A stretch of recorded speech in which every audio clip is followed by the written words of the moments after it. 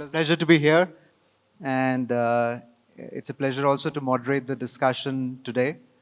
Um, we have been observing the new entrants coming into our organizations who have been asking questions beyond just about compensation, levels, designations, structures, right? I think there is a inquisitiveness towards why I'm doing what I'm doing, how is it linked to the purpose or the objectives of the organizations, why does it even matter, am I matter to the organization, and so on and so forth, right?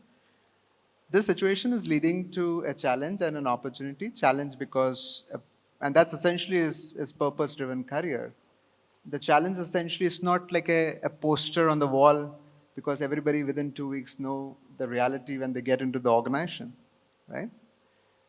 It also comes with an opportunity for talent leaders to do it right, because if they do it right, it leads to a high retention, better productivity, of course, better results, right?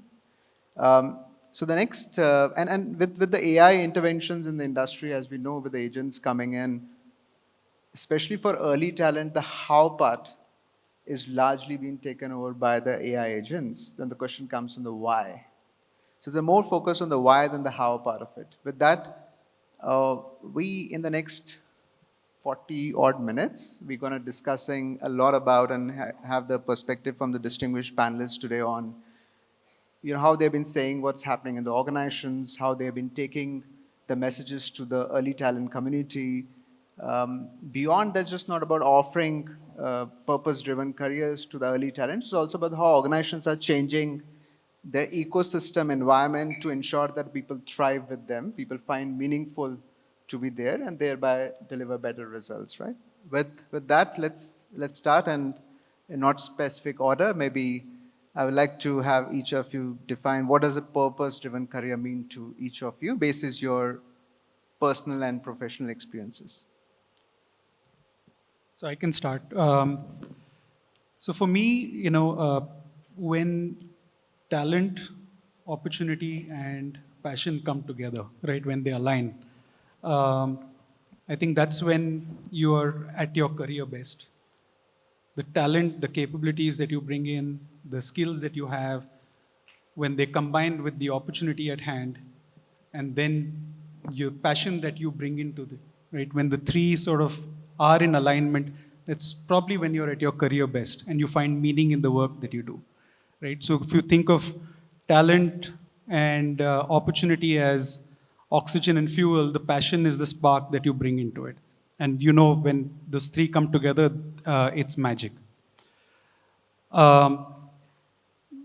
When you are, when you talk about meaning, you're talking about something that aligns in terms of, you're earning your daily bread, but you're also trying to get your daily meaning through this process. And since your career is not an event, it's something that lasts over several decades, this whole process needs to be repeated over time. All of that put together will, more often than not, get you to be in a purpose-driven kind of a career, in a career that will meet the purpose that you've defined for yourself. So for people, when they are looking for an opportunity, there are a few non-negotiables in my mind. So the first is make sure that your individual values align with the values of the organization that you're looking to work for, seek the opportunity that you're seeking. For example, if you are an environmentalist, right, at heart, working for a petrochemical company may not necessarily align with your values, right? Or definitely you see that there could be a challenge over there. When you, at the very minimum, there has to be some alignment between your individual values with the values of the organization. The second in my mind is a path to impact. You've got to know what role you're playing, what impact you're going to have. For us at Zscaler, which is a cybersecurity company, our products typically take care of about 500 billion plus transactions a day, right? So 500 billion transactions a day. Every engineer that joins us needs to know and is made aware of what latency of 1 microsecond can have, right? leave alone downtime, even if it's a latency of 1 microsecond that can have a catastrophic impact. So that's, driving to that impact, whether you are uh, a developer or you're debugging a product, you need to know what's the impact that you're driving towards. The third is learning and ensuring that you're developing in some form and shape.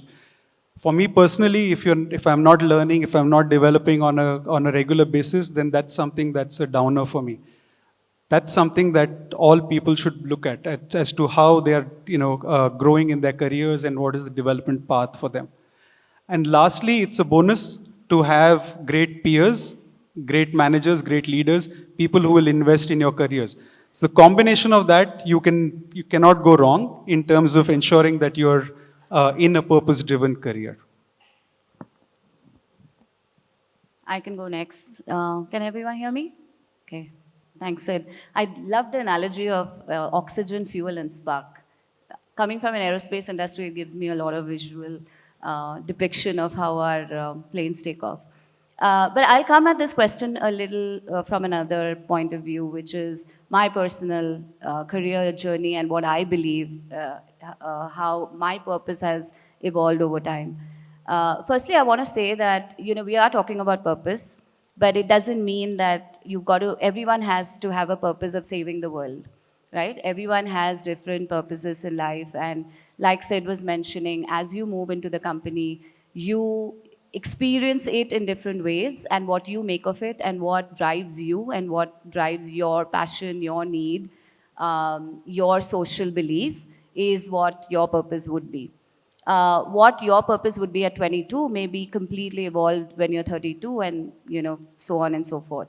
So at this juncture in my career, my purpose is really paying it forward, right? And by paying it forward, I mean helping people be more successful in whatever they set out to be, like whether it's career, whether it's fulfillment, whether any growth or tangible aspirations they have in life.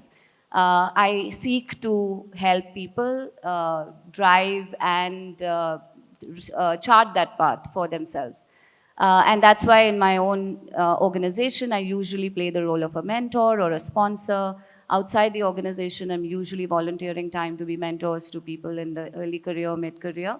And that's my purpose. And this is what I've found after many years of being in the industry.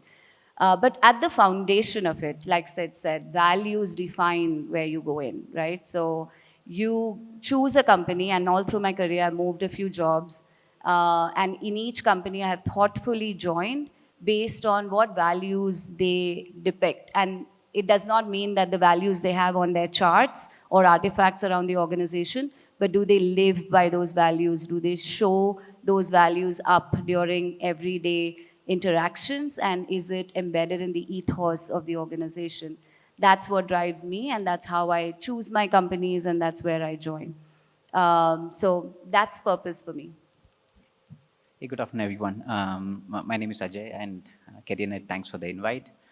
I wanted to steal something that Seema told me before we entered. It's difficult to talk about purpose right after lunch. So maybe I'll start with my career journey because I wanted to be a doctor. And the dream shattered just by maybe 20 seats at that time, if you remember olden times, limited seats, and went ahead and became an engineer by profession, right? But I wanted to be in the medical field for a long period of time. I had a thing for science. And the last 22 years, I have practically been in the medical and the medtech industry, never made any changes. So goes back to the purpose. So the purpose would have started with a broken dream, but the passion that is there for whatever you are having from a domain standpoint of view, I think holds good. Because the moment you have a domain experience and you keep working on that, I believe that helps you in whatever task you are, right? Secondly, for all the people who are from the talent acquisition industry, right, it's the most fulfilling job because every day you're practically giving jobs to so many people, entry level to the topmost out there. Can't get any more fulfilling from an HR standpoint of view when you are giving out jobs to the people. And most importantly, we keep changing jobs towards. It's not that we are in one company throughout, but the moment you see other people who have offered jobs in other companies grow and become great leaders and great managers and people to work along with, I think that's the most fulfilling purpose. But I also want to call out, since there are a lot of early career people in the room, you don't need to have a purpose at the beginning of a job. It's very difficult to find a purpose when you're starting a work, right? Especially as an entry level entrant. It may take a bit of a time for us to figure out where we need to go from a purpose standpoint of view. So don't take it too strongly if you don't find a purpose on the first job. But I think it's also a organizational responsibility to tell the people also that it can be a derived statement later point of time. You don't need to have a purpose from the beginning, but as an organization, as a manager, help the people find a purpose as they go through the journey. With that, Seema, over to you. Thanks. Pretty much aligned with everything the other panelists have said. And I think, for me, a couple of things. Probably it's a repetition, but I'll also talk about a dilemma with a story that I have. So as Ajay said, if I look back at myself 10 years or 20 years back, I possibly had a very different purpose. It was learning, it was being very competent at my job, making the most of the opportunities I have, and has evolved over time. So to have it all figured out is a myth. Purpose change with the context that you're in, and it is different for each person. So you could have something, there are people who aspire to make impact. They want to leave a legacy. They want to build institutions. There are people who want to do something for society and change things. There are people whose purpose is relational. They want to make sure that they bring financial security for their family, for themselves, so that they have independence to pursue a purpose later on in life. So it can vary, and to think that your career will give you purpose probably is also a myth, because you can find purpose outside. It doesn't necessarily have to come from your career. And I think the story that I'd like to share in brief is about a dilemma I had when I was joining my current organizations. It's in the betting industry, and so naturally, I got into a space of, what does this mean in terms of the company's purpose, and how does it clash with my own values? And I think, there are some professions that are inherently, filled with purpose. If you take a medical professional, a doctor, for example, the by nature of the profession, it is seen as purposeful. But we all know that, you find all sorts of medical professionals out there. There are people who are inherently altruistic, and there are people who are probably, in it for some other reasons that may not seem very altruistic, and they are very single-minded about, what they do with that job. So it doesn't, purpose doesn't stem from a profession. So when I was sitting with this dilemma, I was talking to my mother as well, and she quoted an interesting paradox. So my brother is a doctor, and at one point when he was thinking about starting his own hospital and scaling it up, my mother said that she was in this dilemma that if he needs to be successful at the hospital, if the hospital needs to be successful, it meant people have to fall ill, and that's a paradox, right? So to kind of think about, that even in the noblest of professions, you can be stuck with dilemmas, was an interesting point. So which helped me make my decision. So it's not about the organization having a purpose, because every organization exists because of a human need or a human condition.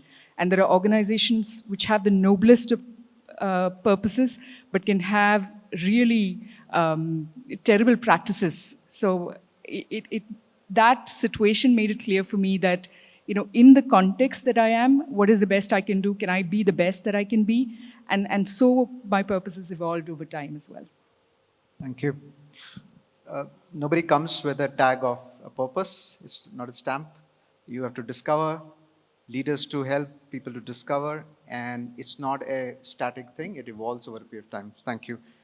Let's get into some, with our talent leaders sitting in the room, let's get into some of the HR practices and how you are saying, maybe it's a question to you, and how you see organizations today are taking those messages to the talent, which is very purpose driven, and at least have those questions back of our mind in terms of the jobs. So gone are those days when you used to just go to the campuses with the job descriptions. You have to have a story around it. So what's been some of those practices?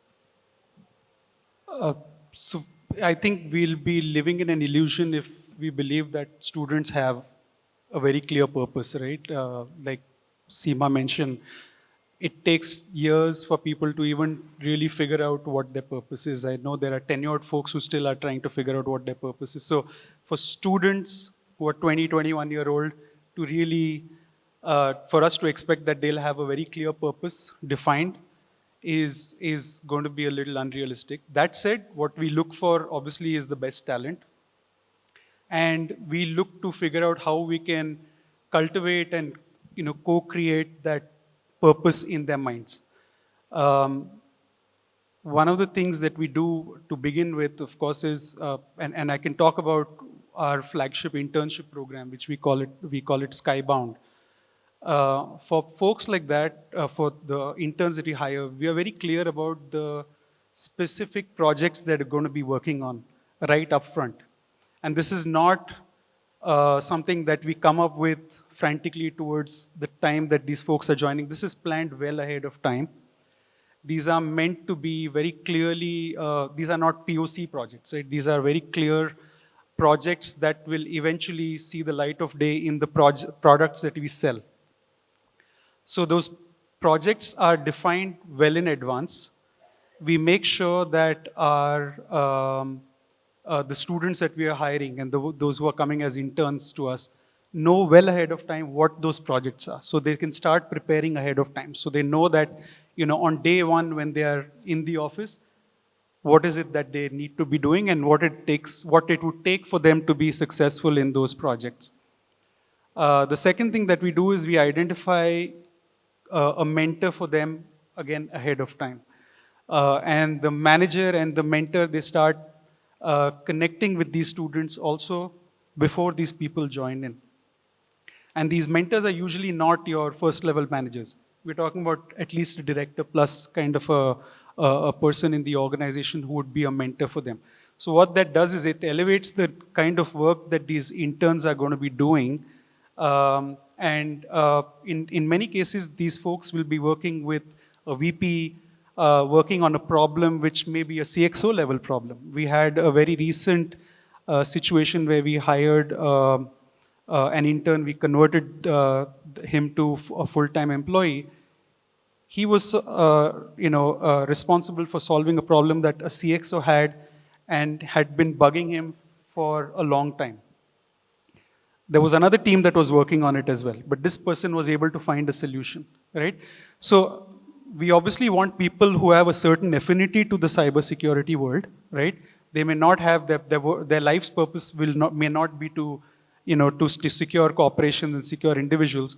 They obviously need to have an affinity to this area and this area of work.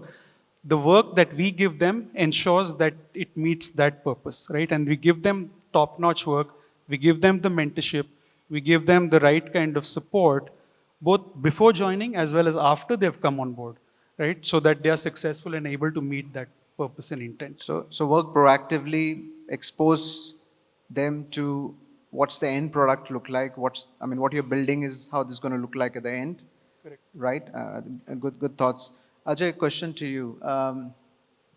Now, not all the job profiles today, we go to the market, and Seema, feel free to chime in from the industry you come in, right? Not all the job profiles we offer to the campuses may necessarily have some lucrative purpose behind it, right? From an entertainment industry, it could be different. Healthcare, from my mind, is an easier one to sell. What have you been seeing in terms of the organizations, how they have been taking some of those difficult ones to the student community? Thank you. Mohit, like even entry-level jobs in healthcare, right? Our purpose statement is strong, touching people's life every day sustainably, right? But that doesn't necessarily need not translate to a purpose statement for a graduate engineer who is joining from the market, because I don't think they're going to write a line of code or do something which is going to save a life on the day one, because then we are putting patients at risk, right, if they do that. So it's a evolution in terms of journey. What we generally do is more of very transparent at the time of hiring itself, call out these, where they are going to be headed from a career standpoint of view, so that they know, and exactly in maybe 1 or 1 year, 1.5 years time is when they will really be touching a code which is going to make a difference in people's lives, right? That's one part. Second is we also prefer to take people as interns first before we get them as a permanent hire. So generally, our standard practice is to give them a 9 months to 1 year internship program with a conditional offer, which is attached to that. By the time end of the year, generally most people don't understand the purpose statement and what we stand as a company. But there are students who don't relate to us, and we sometimes we don't also relate to some of the people who may be joining us, right? But that population is a very small amount of population. Last 3 years, maybe 5% shed out when it comes to people who are either rejecting us or we rejecting them from a. So as long as you are actually kind of defining that very clearly and having that transparency, it's always a very neat way of actually kind of doing that. But I am actually from an easier industry to kind of throw a purpose statement a lot more cleaner, I would say. Seema, anything you want to add basis your experience? Sure, I'll try and just add a couple of lines. As I said, my own dilemma, and I worry that other people will have that dilemma. And interestingly, I haven't come across people asking that. And I think the realization is that, when it's classified as a betting industry, then immediately there's seen as, one of the not so attractive industry from a purpose perspective. But if you look at, most of us invest in the stock market, and that's essentially betting, right? It is the same. And my take has been, what do you do as an organization, making, what practices do you weave in to operate ethically, to make sure you're safeguarding people, and what is that? And that's what struck me as I joined Flutter as well, that they were very careful about how they went about things, mindful in terms of introducing guardrails, be it around age, financial security, and that's something that it was so embedded in every individual who joined the organization. And so, as I said, you can have a very noble purpose, but have really abhorrent practices within the organization. There's multiple examples of that. But you could have an organization that visibly may not seem as very purposeful, but really high on integrity. So, I think not to overlook that, purpose doesn't need to be visible. It can manifest in different ways. And as I said, purpose is different for individuals as well. Absolutely. So, yeah. So be honest, stay transparent, authentic. That's how we should take it. Thank you. Let's move on. So one part of it is actually how do talent leaders actually go to the campuses, to the early talent community and talk about what does it mean for an individual to join an organization. But the real story happens after that when they come on board. How do the organizations actually ensure there's the right environment, ecosystem, culture, learning, all of that put together, give enough meaningful work for people to stay being more productive and deliver better results. What are some of the views, maybe Sid, back to you on what are some of the practices, organizations you have been seeing, observing to ensure that when people come in, right, they stay well engaged and find meaningful work? Yes, so like I mentioned earlier, right, I think the purpose that a person is looking for is not just purely from what the company has to offer, right? Oftentimes it's their own personal preferences that define at what stage of their career they are and what does that mean in terms of the purpose, right? At certain times, all somebody wants is a job, right? They want, and that happens oftentimes when you're just off campus, right? All you're looking for is when you're going to get placed, where are you going to get placed? They might join a company which is in health, they might join a company that's in betting, they might join a company that's in aerospace. I don't think they discern that much. So I think for us, once they have come into the organization, one needs to understand through the process of regular conversation that the manager has with an employee, what stage of career and what stage are they at and what are they really looking for? If they are in it purely for the compensation, are they looking at a career growth? Are they looking at something else? And so, that's where the role of the manager comes in terms of ensuring that they play an effective coach to that individual so that they can meet the career purpose that they're looking for at that stage in life. So I don't think there is anything different or significantly different that one does, except for making sure that, like I said in the beginning, give them great work, make sure that they are developing, that they're learning on a regular basis, make sure that they have the right opportunities available to them, and figure out how sometimes their passion can be driven towards the values of the organization. But if not, then eventually, employees decide to part ways, right? So I think, there's no rocket science to it. It's just those non-negotiables that I mentioned in the beginning. One of the practices I'm across is the organizations also put deliberate effort um, towards helping their entrants to discover the purpose and connecting it back to the organization purpose as well.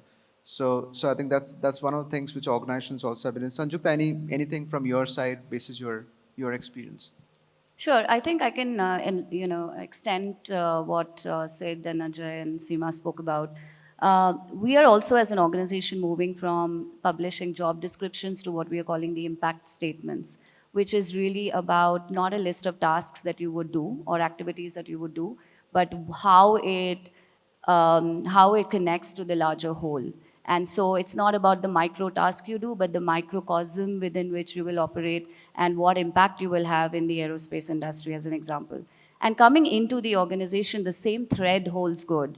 As we get into induction, we first talk about the aerospace industry. We believe, like Ajay said, people who love aerospace industry stay in aerospace industry forever. And we see that all the time. They get sucked into the domain so deeply that they cannot imagine making a car after making an aeroplane, right? So we spend a lot of time helping them envision the aerospace industry, the technology disruptions that are happening in the aerospace industry with respect to sustainability, with respect to technology within the aerospace aircrafts.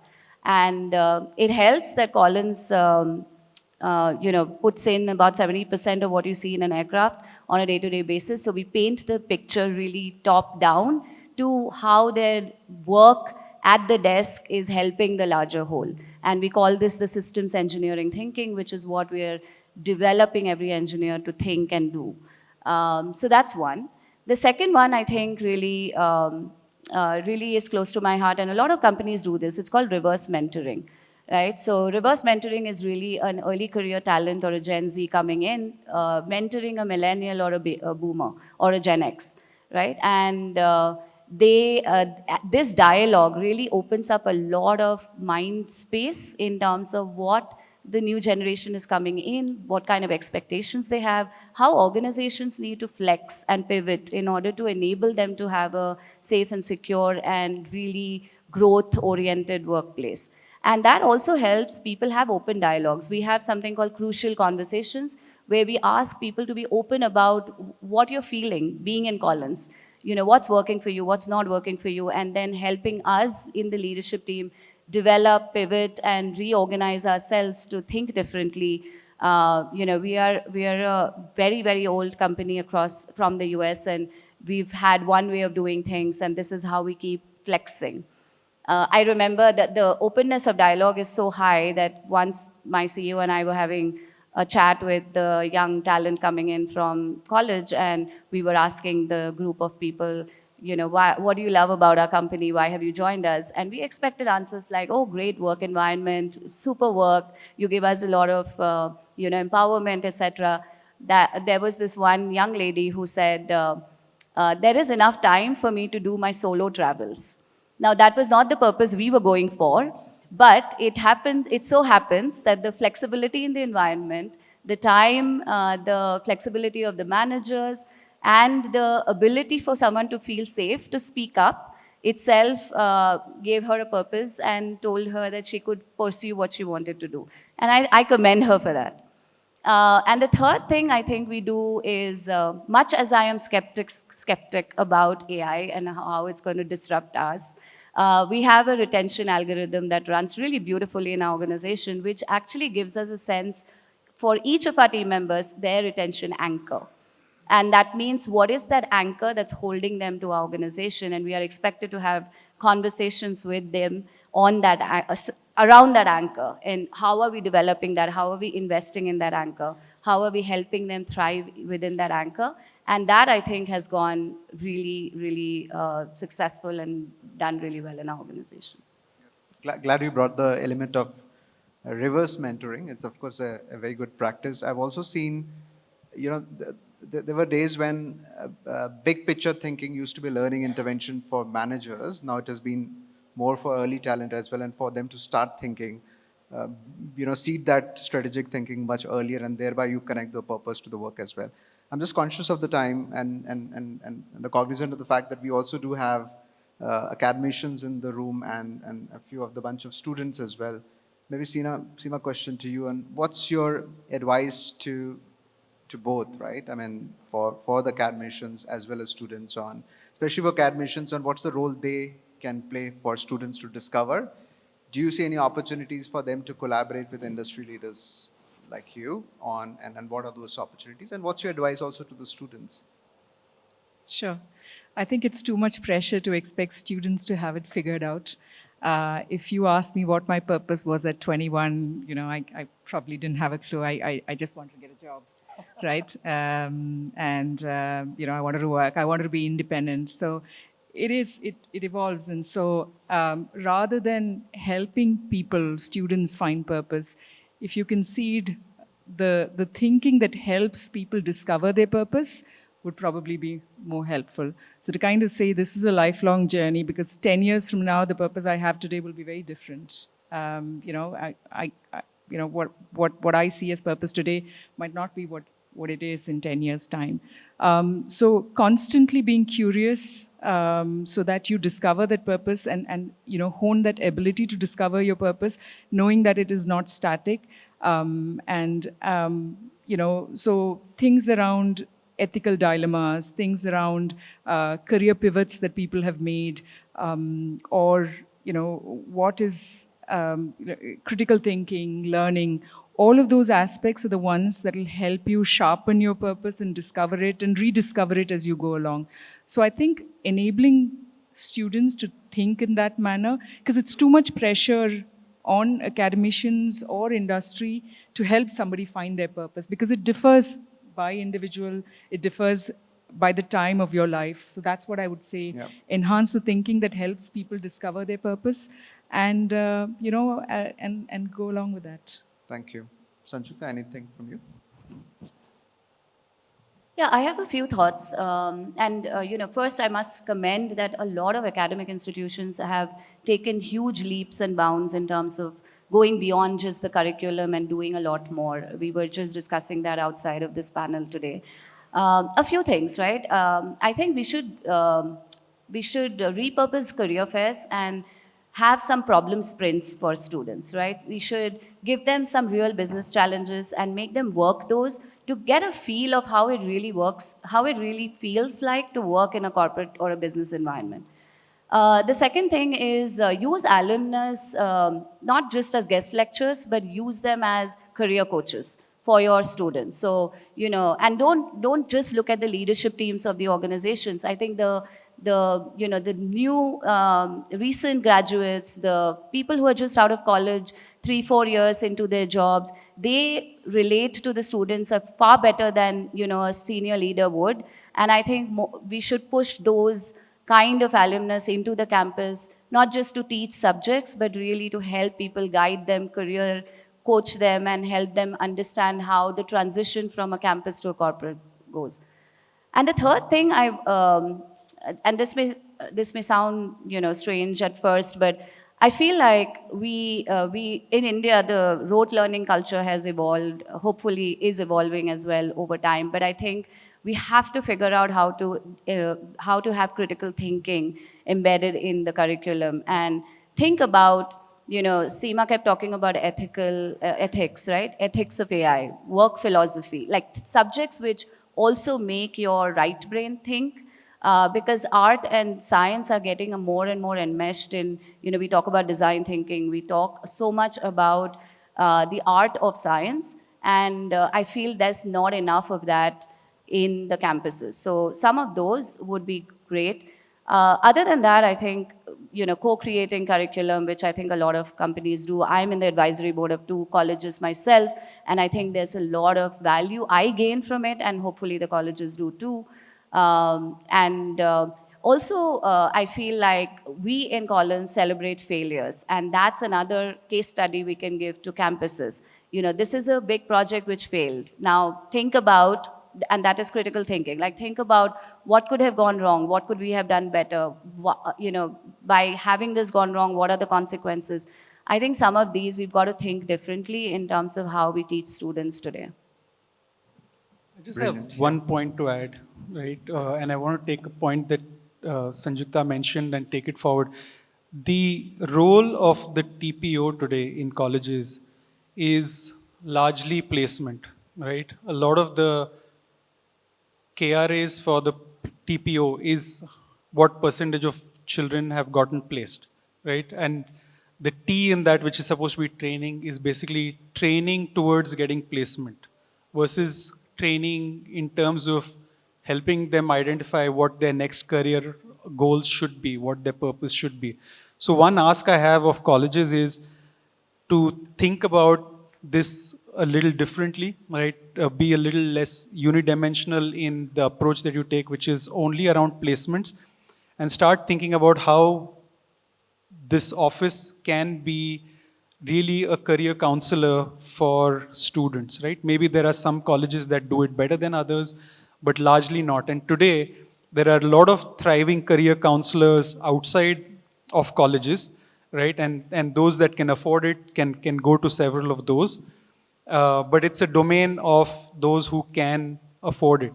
So since you have that that audience, you have the students available, make sure you're able to repurpose the TPO to be able to help them in terms of career coaching, career counseling, because that is what will help them really also understand what their purpose is, or at least get the initial spark of the initial spark in terms of what their purpose should be. Thank you, Sid. I think from both Sanjukta and Sid, and for academicians in the room, I like the point about bringing alumnus to the campuses, just not for any guest lecture, but more about they spend time with the kids. It could be in the cafeteria, canteen, over samosa, chai, something, and have the real conversation of what exactly you do, right, and why you do it. How did you work on the purpose, and so on and so forth. I think those are some of the conversations is what we strongly recommend the academicians to organize. Brilliant. The clock is quite distracting. It's just time up. I mean, we'll open it for the audience and restrict it to 2 questions, maybe.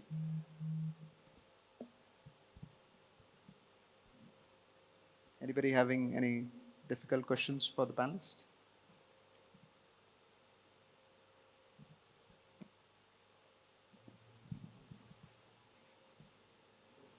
So while we wait for somebody to raise hand, I also would like to take the liberty of sharing one of my experiences.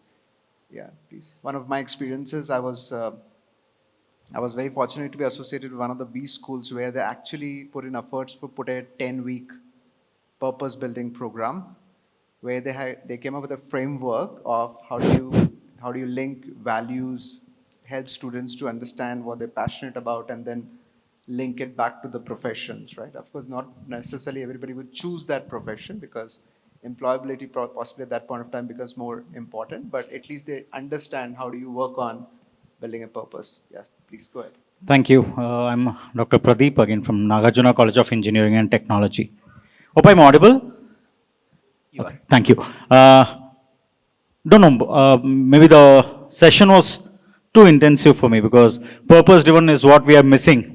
Normally, as Sid rightly mentioned, training and placement officer is mostly training for placements. But now my question here, if we have to bring this purpose, maybe it is from one unidimensional perspective where we talk from our perspective. How do we bring in industry experts, the leaders? Because now a lot of insights we can get here and we can transfer the knowledge. But now how do the students come back and connect with you all people? Because I don't see, because LinkedIn's, I know there are a lot of things going on to every individual every day. They're not able to receive all the messages or connects. But how do the students could reach out to you people? I would just like to understand so that I can go back and tell students, come on, this is the way you go and connect. Because madam said like co-curriculum, right? So co-create the curriculum. It's a wonderful thing which is required for today because we always say industry, institution connect. But institutions are unable to connect with the industry because industries are busy with their own goals. But I totally understand there are some people who would love to extend their support. So how do we connect? Maybe one, because I'm asking this because I would be happy to connect with the industry to bring the learning from industry to the academics because as an autonomous institution, we would love to make those tweaking. Second, how students could connect with you all. Please help me know. So thank you very much for Thank you, sir. bringing this up. Thank you.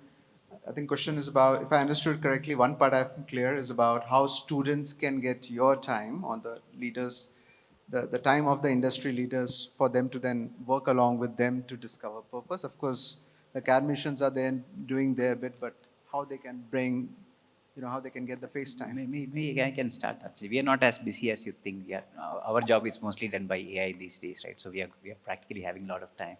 But I don't think the students should directly contact corporates. It's not a very feasible method of doing that, and I think that's where your office has to come into play.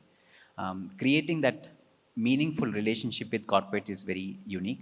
Like if you look at Healthineers, for example, we may have MOUs with only maybe 10 universities out there. We don't have hundreds. And with that 10 universities, we spend quite a lot of time, which means we send our people over there. Students get a chance to speak to our people from our employee standpoint of view quite frequently. Please try to nurture those relationships rather than investing in too many corporates at the same time, because all of us have limited time in our hand, right? So pick up maybe 7 or 8 companies that you can partner with and keep investing. That relationship takes a bit of time to get through. But once it is done, trust me, that is going to be a huge and meaningful. And where we are right now, it took maybe 7 years for us to reach where the kind of maturity state that we are with those 7 institutes. Do the same thing. Please don't expect students to write on LinkedIn to any of us. We get, I don't know how many messages every single day. It's very difficult to sometimes cater to or answer to all of those messages, right? So I think the conduit should be through you and then towards the corporate. Happy to hear from you. I think I just want to add to what Ajay said. Yes, of course, we are not as busy as you think we are, but actually, I just spoke about being in the advisory committee. This is exactly what the institutions are doing and we are doing with them. It is in our vested interest that you churn out students that are ready for the workforce, right? And so it is our responsibility to be able to help you do that. And so if the college or the academic institution can formally create that forum for the institutions to come together, there is no dearth of people who are happy to help and willing to help as well. You underestimate your students, by the way. We get a lot of LinkedIn requests asking for to be mentors, so maybe they do reach out to us directly. But yeah, like Ajay said, a more concerted effort would be better. And you should also leverage your alumnus, like Sanjukta mentioned earlier. Thank you very much. Yep. Good afternoon. This is Dr. Vishwaraj Sen from Sikkim Manipal University. Sir, I have got 2 quick points. Number one is, in order to strengthen, what I believe, in order to strengthen the industry-academia relationship, you mentioned that we can spend time with the students in the cafeteria for some meaningful discussions. I would request that if the industry also can step up, give the academia some dummy use cases, because in the industry, in the academia, what we are teaching is the technology, the theoretical part, and the projects that the students undergoes. Those are largely academic in nature. Now, if some real industry use cases that you have already done, if this can be shared with the academia, I think then we will be in a position to actually roll out the so-called industry-ready people while they are in the college. This is my point number one. Second point, as you mentioned, that the role of the KRA of the TPOs largely depends on the outcome of the placement. Yes, and there is a reason for it. Because all the institutes are now going for the NIRF ranking. And if you look into the graduate outcome, there is a parameter there. 40% of the weightage, largely around 20 marks or so, is coming from what is the how many students are placed. So maybe that thing has to be changed. And if you are not able to change that, then this will remain, sir. That running after the number of students who are getting placed. These are my two humble submissions. Thank you so much. Thank you very much. While you're looking at me, I assume the questions is for our panelists. I think there are two questions. One is about the role which we can play. I think the use cases is a great point, and I was also mentioning that sometimes we have to give you, case studies or failures. I was saying failures, but any use cases could help you. And I think part of this, when I was saying concerted effort, it's not just about co-creating curriculum, but it's all of this. It's all of career coaching, investing time to, teach kids, investing time to make sure that they are getting the direct exposure to how business works, etc. So all of that. To your second point, as I see it, placement is an outcome of all that you do, right? You have the right relationship with the corporates. You make all this happen. Corporates will anyway be drawn to you. They have a relationship with you already. They will pick up your students because we have invested in them already. So let's keep placement as an outcome, and let's look at placement as what, and all that we do towards getting placement is how we do it, and all that we are talking about is how you do it to get to those 100% placement metric. And if I could just add to that, right, like when we have the problem statement, like the second statement you mentioned, I would go to my manager and ask for a head count. So please do that from your side, maybe add 2 or 3 people onto your team. Ask them to do the one part of the job, because what you're doing is actually quite a lot of heavy lifting from a job description standpoint. One side you have to place, other side you have to do the relationship. A regular work hour may not be helpful. So please add more people onto the team to kind of have that distinction of work, right? Because going to the market, finding a job is a very difficult one. I empathize with you. But getting that relationship is a second, or rather a more important priority, because if you have that first, the second automatically comes into play in terms of placement. So I've seen a lot of colleges now starting to demarcate those roles very cleanly. They would have one person whose job is to go find jobs for the students. The other one is purely corporate relationship, right? So figure out whether we can move in that fashion too. Thanks, Ajay. And since you were looking at me, I feel an onus of adding some bit to it.